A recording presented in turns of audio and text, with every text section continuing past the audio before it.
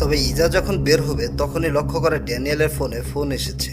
তখন চিন্তা করে সে ড্যানিয়েলের ফোনটা সাথে করে নিয়ে সেখান থেকে বের হবে, কিন্তু ততক্ষণে আবার সেখানে সেই ভয়ঙ্কর দানব চলে আসে।